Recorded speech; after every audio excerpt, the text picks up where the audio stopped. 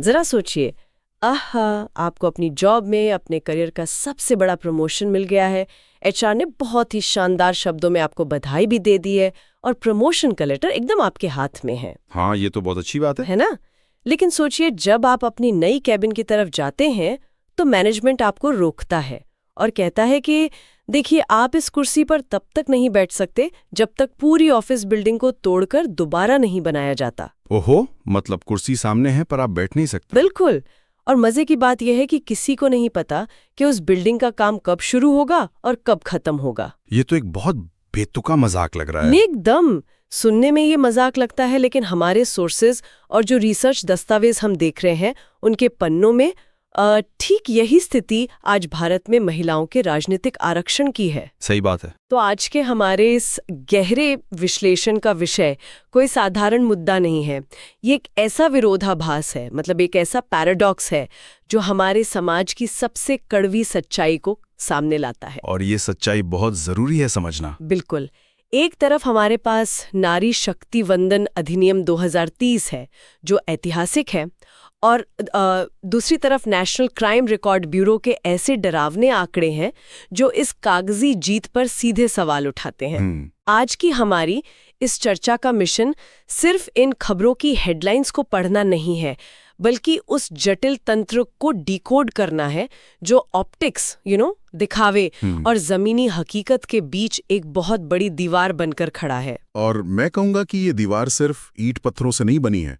ये सदियों पुराने पितृसत्तात्मक ढांचे, नौकरशाही के जो लूप होल्स होते हैं और राजनीतिक सुविधा से बनी है। हाँ, बिल्कुल। हमारे सामने जो रिसर्च है वो स्पष्ट करती है कि राजनीतिक प्रतिनिधित्व और शारीरिक सुरक्षा ये दोनों अलग अलग चीजें नहीं हैं। हम अक्सर सोचते हैं कि पहले समाज सुरक्षित हो जाए फिर महिलाएं सत्ता में आएंगी, या फिर इसका उल्टा कि महिलाएं सत्ता में आ जाएं तो रातों रात समाज सुरक्षित हो जाएगा। एकदम सही। लेकिन सोर्सेज बताते हैं कि ये दोनों चीजें एक दूसरे का इंजन हैं। जब तक महिलाएं बिना किसी खौफ के सड़कों पर नहीं चल सकती, तब तक वे सत्ता के गलियारों तक पहुंचने का जोखिम नहीं उठा सकती। और जब तक वे उस सत्ता का हिस्सा बनकर नीतियां नहीं बनाती, तब तक वे सड़कें उनके लिए सुरक्षित कैसे होंगी? है ना? बिल्कुल, यही तो सबसे बड़ा सवाल है। यही वो लूप है जिसे हमें आज समझना है। तो चलिए उसी प्रमोशन वाले लेटर यानी नारी शक्ति वंदन अधिनियम 2023 से शुरुआत करते हैं। हाँ, चलिए। यह कानून लोकसभा और राज्य विधानसभाओं में महिलाओं के लिए 33% सीटें आरक्षित करता है। कागजों पर देखा जाए तो ये एक मास्टर स्ट्रोक है, मतलब एक बहुत बड़ी जीत। हाँ, बहुत बड़ी जीत है। लेकिन इसमें जो पेंच फंसा है ना, वो ये है कि सीधे तौर पर लागू नहीं होगा। ये कानून अगली जनगणना और उसके बाद होने वाली परिसीमन यानी डीलिमिटेशन की प्रक्रिया का इंतजार कर रहा है। और देखिए, इस देरी के पीछे का जो मैकेनिज्म है उसे समझना बहुत जरूरी है। ये कोई साधारण प्रशासनिक देरी नहीं है जिसे आप 1-2 दिन में सुलझा लें। तो फिर ये इतना उलझा हुआ क्यों है? क्योंकि 33% आरक्षण लागू करने के लिए पहले ये तय करना होगा कि कौन सी सीटें आरक्षित होंगी, और वो तय करने के लिए परिसीमन जरूरी है। और परिसीमन का सीधा सा मतलब है कि जनसंख्या के आधार पर चुनाव क्षेत्रों की सीमाओं को फिर से खींचना। एकदम सही कहा आपने। फिलहाल लोकसभा में 543 सीटें। आपको शायद हैरानी होगी कि ये संख्या 1976 की जनसंख्या के आधार पर फ्रीज की गई थी। अच्छा, 1976? हाँ, उस वक्त भारत की आबादी कोई 54 करोड़ के आसपास थी। आज हम 140 करोड़ का आंकड़ा पार कर चुके हैं। अब जब भी नया परिसीमन होगा तो जाहिर है कि लोकसभा की सीटें 543 से बढ़कर लगभग 850 तक जा सकती हैं। हाँ, लेकिन अगर सीटें बढ़ रही हैं तो इसमें समस्या क्या है? मतलब ज्यादा सीटें मतलब महिलाओं के लिए ज्यादा जगह, राइट? इसमें ये फेडरल टेंशन या राज्यों के बीच का विवाद कहाँ से आ गया? विवाद की जड़ असल में जनसांख्यिकी यानी डेमोग्राफिक्स में है। मान लीजिए कि भारत का राजनीतिक नक्शा एक बहुत बड़ा पिज्जा है। पिज्जा, ठीक है। 1976 से लेकर आज तक दक्षिणी राज्यों ने, जैसे केरला और तमिलनाडु ने, परिवार नियोजन पर बहुत शानदार काम किया और अपनी जनसंख्या को नियंत्रित किया। हाँ, उनके हेल्थ इंडिकेटर्स भी काफी बेहतर हैं। बिल्कुल, लेकिन दूसरी तरफ उत्तरी और हिंदी भाषी राज्यों जैसे उत्तर प्रदेश और बिहार में जनसंख्या तेजी से बढ़ती रही। अच्छा, तो अब अगर सीटों का बंटवारा होगा? हाँ, अब अगर आज की जनसंख्या के आधार पर इस पिज्जा को फिर से काटा जाए तो दक्षिणी राज्यों को डर है कि उनकी स्लाइस बहुत छोटी हो जाएगी। ओहो, मतलब उनका राष्ट्रीय राजनीति में प्रभाव कम हो जाएगा। बिल्कुल, जबकि उत्तरी राज्यों का दबदबा और बढ़ जाएगा।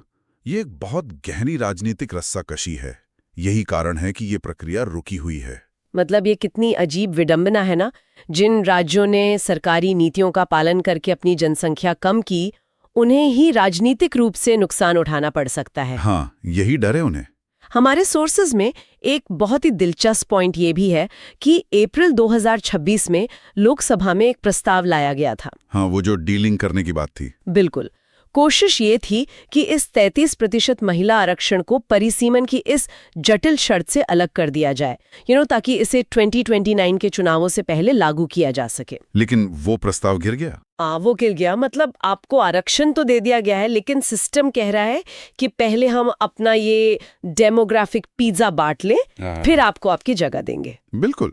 और ये एक बहुत बड़ा संकेत है कि जब बात महिलाओं के अधिकारों की आती है तो उसे हमेशा अन्य राजनीतिक प्राथमिकताओं के पीछे खड़ा कर दिया जाता है। ये तो है। लेकिन चलिए एक पल के लिए मान लेते हैं कि ये परिसीमन हो गया और सीटें आरक्षित हो गई। ठीक है, मान लेते हैं। हमारी रिसर्च हमें एक और बड़े खतरे की तरफ आगाह करती है, जो पहले ही ग्रास रूट्स लेवल पर यानी जमीनी स्तर पर देखा जा चुका है। आप पंचायतों की बात कर रहे हैं ना? हाँ, 73वें और 74वें संविधान संशोधन के जरिए पंचायतों में महिलाओं का आरक्षण दिया गया था।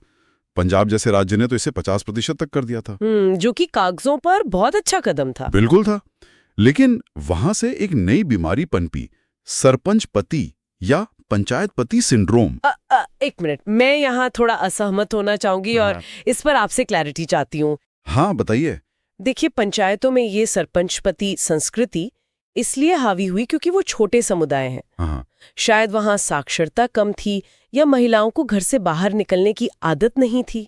मैं समझ रहा हूँ आप क्या कहना चाह रही हैं। लेकिन क्या ये सोचना थोड़ा ज्यादा निराशावादी नहीं है कि जब लोकसभा या विधानसभा स्तर पर 33% आरक्षण लागू होगा तो वहां भी हमें एमपी पति या विधायक पति देखने को मिलेंगे? अच्छा, आपको लगता है ऐसा नहीं होगा? मतलब क्या स्थापित पुरुष नेता जिनकी सीटें आरक्षण की वजह से चली जाएंगी, वो सच में इतने ताकतवर हैं कि अपनी पत्नियों या बेटियों को सिर्फ एक डमी कैंडिडेट बनाकर संसद में बैठा देंगे?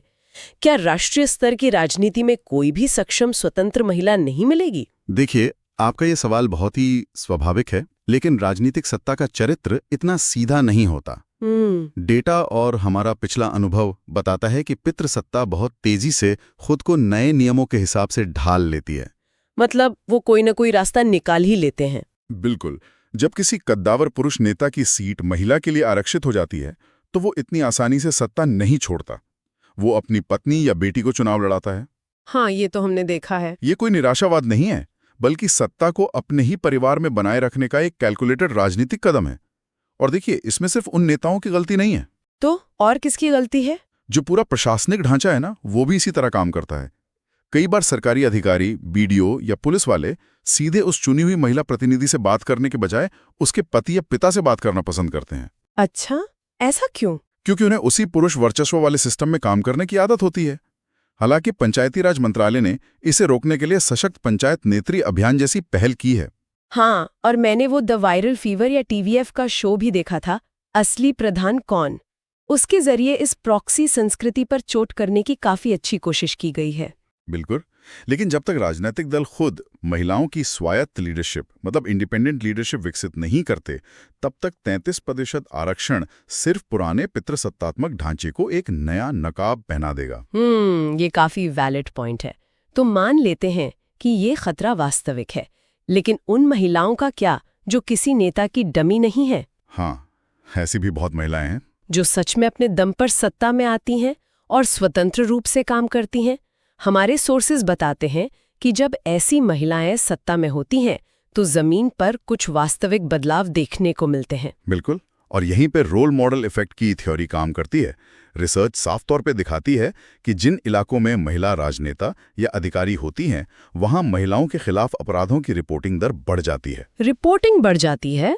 इसका क्या मतलब हुआ? इसका मैकेनिज्म समझना जरूरी है। इसका मतलब ये नहीं है कि वहां अपराध होना रातों रात बंद हो गया है। इसका मतलब ये है कि पुलिस थानों का माहौल बदल जाता है। ओह, मतलब महिलाएं ज्यादा सुरक्षित महसूस करती हैं शिकायत करने में। एकदम। पुलिस ज्यादा संवेदनशील हो जाती है और पीड़ित महिलाओं का आत्मविश्वास बढ़ता है कि अगर वो शिकायत दर्ज कराएंगी तो उनकी बात सुनी जाएगी, उनका मजाक नहीं उड़ाया जाएगा। ये यकीनन एक बहुत ही पॉजिटिव मैकेनिज्म है। लेकिन यहीं पर आके मेरा दिमाग थोड़ा सुन्न हो जाता है। क्यों, क्या हुआ? जब मैं एक तरफ इस रोल मॉडल इफेक्ट को देखती हूँ और दूसरी तरफ नेशनल क्राइम रिकॉर्ड ब्यूरो यानी एनसीआरबी के 2022 के आंकड़ों को पढ़ती हूँ। वो आंकड़े वाकई बहुत परेशान करने वाले हैं। बहुत ज्यादा। 2022 के डेटा के मुताबिक देश में हर घंटे 51 औपचारिक शिकायतें महिलाओं के खिलाफ अपराध की दर्ज होती हैं। हर घंटे 51। और इसमें सबसे चौंकाने वाली बात यह है कि 31.4% मामले धारा 498A यानी पति या रिश्तेदारों द्वारा क्रूरता के हैं। मतलब घर के अंदर की हिंसा। बिल्कुल, मतलब जिस जगह पर एक महिला को सबसे ज्यादा सुरक्षित होना चाहिए, उसका अपना घर वहीं सबसे खतरनाक जगह बनी हुई है। और ध्यान रहे, ये सिर्फ वो डेटा है जो पुलिस स्टेशन की फाइलों तक पहुंच पाया है।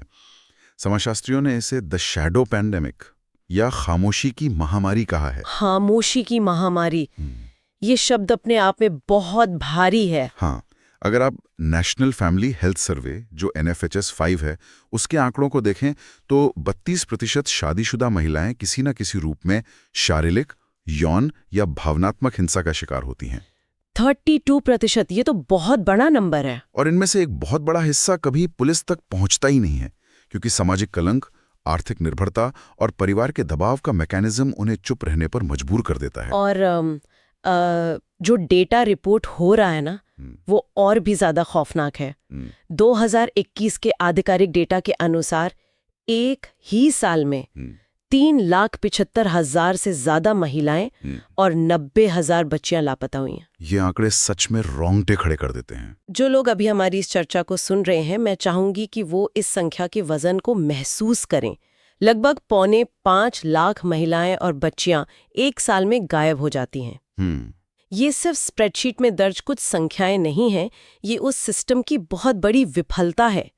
मतलब आखिर ये गायब होकर जाती कहाँ है? ये एक बहुत ही डार्क रियलिटी है। ये लापता महिलाएं और बच्चियां अक्सर मानव तस्करी यानी ह्यूमन ट्रैफिकिंग के जाल में फंस जाती हैं।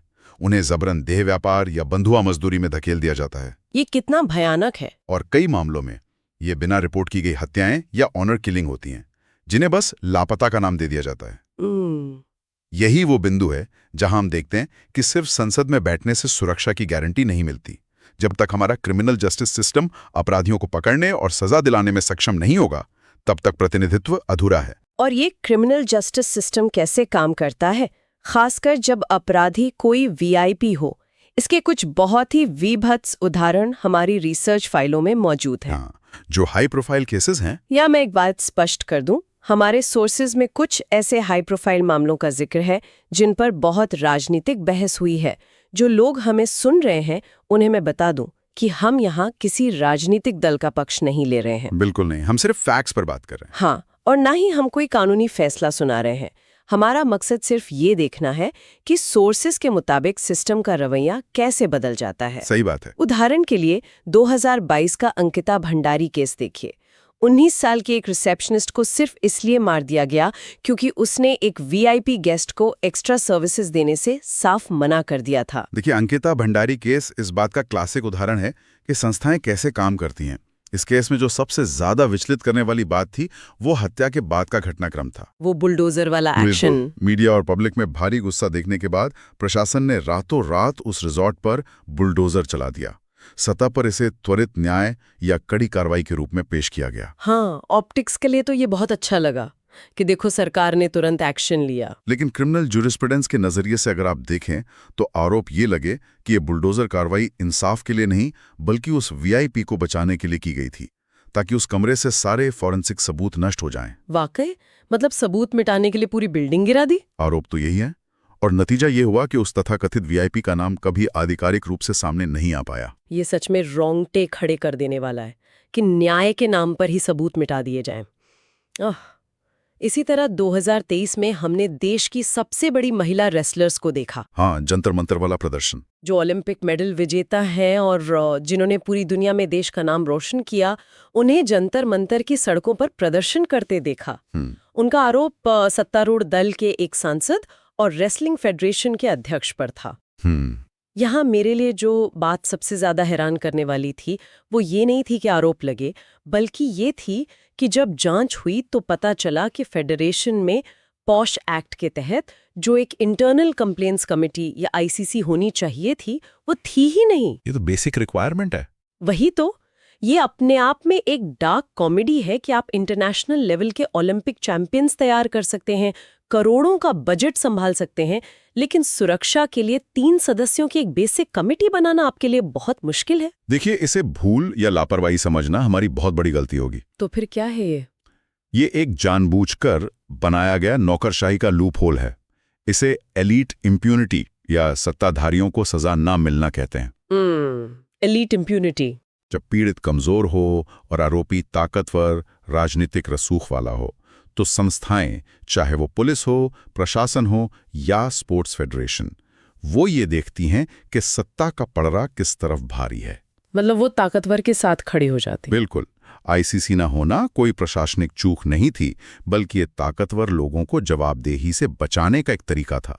संस्थाएं अक्सर पीड़ित को न्याय दिलाने के बजाय उस ताकतवर अपराधी के लिए एक शील्ड का काम करने लगती हैं। तो यहाँ मेरा एक सीधा सवाल है आपसे, अगर हमारा सिस्टम खुद रातों रात सबूत मिटाने के लिए बुलडोजर चला रहा है या खेल के सबसे ऊंचे स्तर पर एक बेसिक सुरक्षा कमेटी तक बनने नहीं दे रहा है, तो संसद में 33% महिलाएं आ भी गईं तो क्या उखाड़ लेंगे? ये बहुत ही कड़वा सवाल है, लेकिन जरूरी है। मतलब क्या बदल जाएगा जब पूरा का पूरा ढांचा ही ताकतवर लोगों को बचाने के लिए डिजाइन किया गया हो? और यही तो इस पूरे गहरे विश्लेषण का क्रक्स है। सिर्फ 33% का कोटा इस एलीट इम्प्यूनिटी को रातों रात खत्म नहीं कर सकता। खासकर तब जब उन 33% में से कई महिलाएं उन्हीं पितृसत्तात्मक पार्टियों के टिकट पर और शायद डमी बनकर संसद में पहुंचेंगी, जो हमने सरपंच पति वाले पॉइंट में डिस्कस किया था। बिल्कुल। जब तक हम संस्थागत जवाबदेही तय नहीं करते, जब तक पुलिस और न्यायपालिका को राजनीतिक दबाव से मुक्त नहीं करते, तब तक असली सुरक्षा एक भ्रम ही रहेगी। तो फिर रास्ता क्या है? क्या कुछ ऐसा हो रहा है जो हमें इस अंधकार में कोई उम्मीद दे? हाँ, कुछ रिफॉर्म्स तो हो रहे हैं। अगर हम कानूनों के आधुनिकीकरण की बात करें तो मेरे लिए ये हमेशा थोड़ी उलझन का विषय रहा है। हमारे पास 1860 का पुराना इंडियन पीनल कोड था, जिसकी जगह अब 2023 की भारतीय न्याय संहिता या बीएनएस ने ले ली है। हाँ, जो नए क्रिमिनल लॉज आए हैं। तकनीकी भाषा से परे मैं समझना चाहती हूँ कि जमीन पर क्या सच में कुछ बदला है या ये सिर्फ पुरानी किताब का नया कवर है। देखिए, ये पूरी तरह से पुरानी किताब का नया कवर नहीं है। इसमें कुछ महत्वपूर्ण जेंडर ट्रांसफॉर्मेटिव रिफॉर्म्स किए गए हैं। अच्छा, जैसे क्या? सबसे अच्छी बात यह है कि बीएनएस में जेंडर न्यूट्रल भाषा का इस्तेमाल किया गया है, जो कि आधुनिक समाज की बहुत बड़ी जरूरत है। ये तो अच्छा है। इसके अलावा धारा 70 के तहत एक बहुत सख्त प्रावधान है कि अगर किसी नाबालिग के साथ गैंग रेप होता है तो दोषियों को सीधे आजीवन कारावास या फांसी की सजा दी जाएगी। ये कानूनी रूप से एक बहुत कड़ा संदेश है। ये तो वाकई सख्त कदम है, लेकिन मैं सोर्सेज में देख रही थी कि कई महिला अधिकार कार्यकर्ताओं ने इसकी आलोचना भी की है।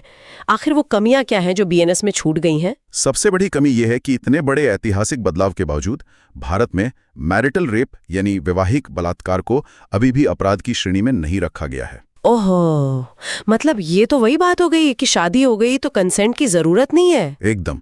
ये उसी पुरानी सोच को बरकरार रखता है कि शादी के बाद महिला के शरीर पर उसका अपना अधिकार नहीं रह जाता। और इसके अलावा कोई और कमी? दूसरी बड़ी समस्या ये है कि पुराने आईपीसी में धारा 377 थी, जो अप्राकृतिक यौन संबंधों से जुड़ी थी।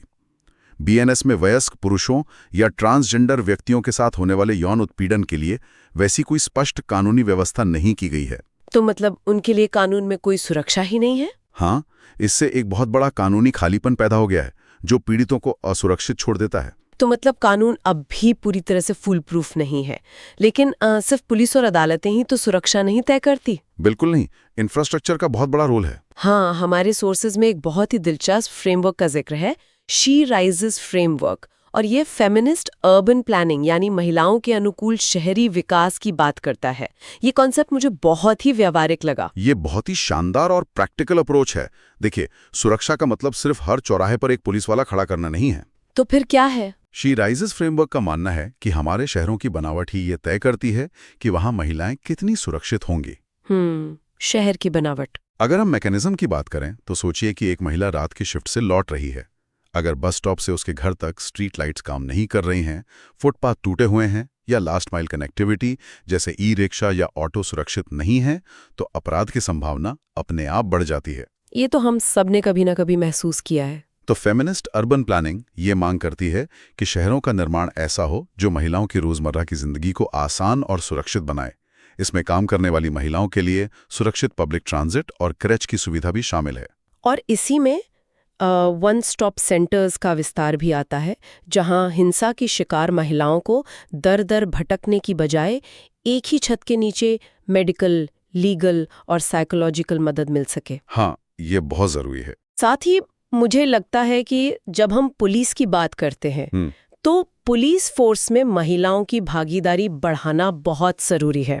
सोर्सेस सुझाव देते हैं कि पुलिस बल में 33 से 50% तक महिलाएं होनी चाहिए। बिल्कुल होनी चाहिए। जब आधी पुलिस फोर्स महिलाओं की होगी तब जाकर शायद वो जो आपने रोल मॉडल इफेक्ट बताया था ना, वो पूरी तरह से अपना काम कर पाएगा। एकदम सही कह रही हैं आप। हमें सिस्टम के अंदर अलग से कोई एक महिला डेस्क बनाने की नहीं, बल्कि पूरे सिस्टम को ही जेंडर सेंसिटिव बनाने की जरूरत है। तो आज के इस पूरे गहरे विश्लेषण को अगर हम समेटे तो जो तस्वीर उभर कर आती है वो बहुत साफ है। राजनीतिक प्रतिनिधित्व और महिलाओं की जमीनी सुरक्षा, ये दोनों ऐसे पहिए हैं जो एक साथ चलेंगे तभी गाड़ी आगे बढ़ेगी। बिल्कुल। नारी शक्ति वंदन अधिनियम बेशक एक बहुत बड़ी उम्मीद है, लेकिन परिसीमन और डेमोग्राफिक्स की राजनीति, सरपंच पति जैसी खतरनाक प्रॉक्सी प्रथा और सबसे बड़ी बात ताकतवर अपराधियों को बचाने वाला ये पूरा वीआईपी सिस्टम, ये वो बैरिकेड्स हैं जो इस रास्ते में खड़े हैं और इन्हें हटाए बिना मंजिल तक नहीं पहुंचा जा सकता। एकदम। जाते जाते जो लोग हमें सुन रहे हैं, मैं उनके लिए एक विचार छोड़ना चाहूंगी। जरा इसके बारे में सोचिएगा। हमने देखा कि कानून तो बन गया है कि संसद और विधानसभाओं में 1/3 महिलाएं होंगी, लेकिन अगर हमारी राजनीतिक पार्टियों का अंदरूनी ढांचा आज भी पूरी तरह से पितृसत्तात्मक है, अगर वे जमीनी स्तर पर आज भी उन डमी उम्मीदवारों पर निर्भर हैं जो सिर्फ घर के पुरुषों के इशारों पर काम करती हैं, तो क्या होगा? तो क्या दुनिया का कोई भी कानून उन पार्टियों को मजबूर कर सकता है कि वे ऐसी स्वतंत्र, बेखौफ और ताकतवर महिला लीडर्स तैयार करें? ऐसी लीडर्स जो कल को अगर जरूरत पड़े तो किसी अंकिता भंडारी या किसी रेसलर को न्याय दिलाने के लिए खुद अपनी ही पार्टी के उन ताकतवर वीआईपी की आंखों में आंखें डालकर उनके खिलाफ खड़ी हो सकें। ये वाकई सोचने वाली बात है। क्या हमारा सिस्टम सच में ऐसी स्वतंत्र महिला लीडरशिप चाहता है, या वो सिर्फ परिसीमन के इंतजार में कागजों पर एक चेक बॉक्स टिक कर रहा है? इस सवाल को अपने साथ रखिएगा। हम अगले डीप डाइव में फिर मिलेंगे। Concrete jungle feeling like a cage match. Every single day I'm trying to break the latch. Pressure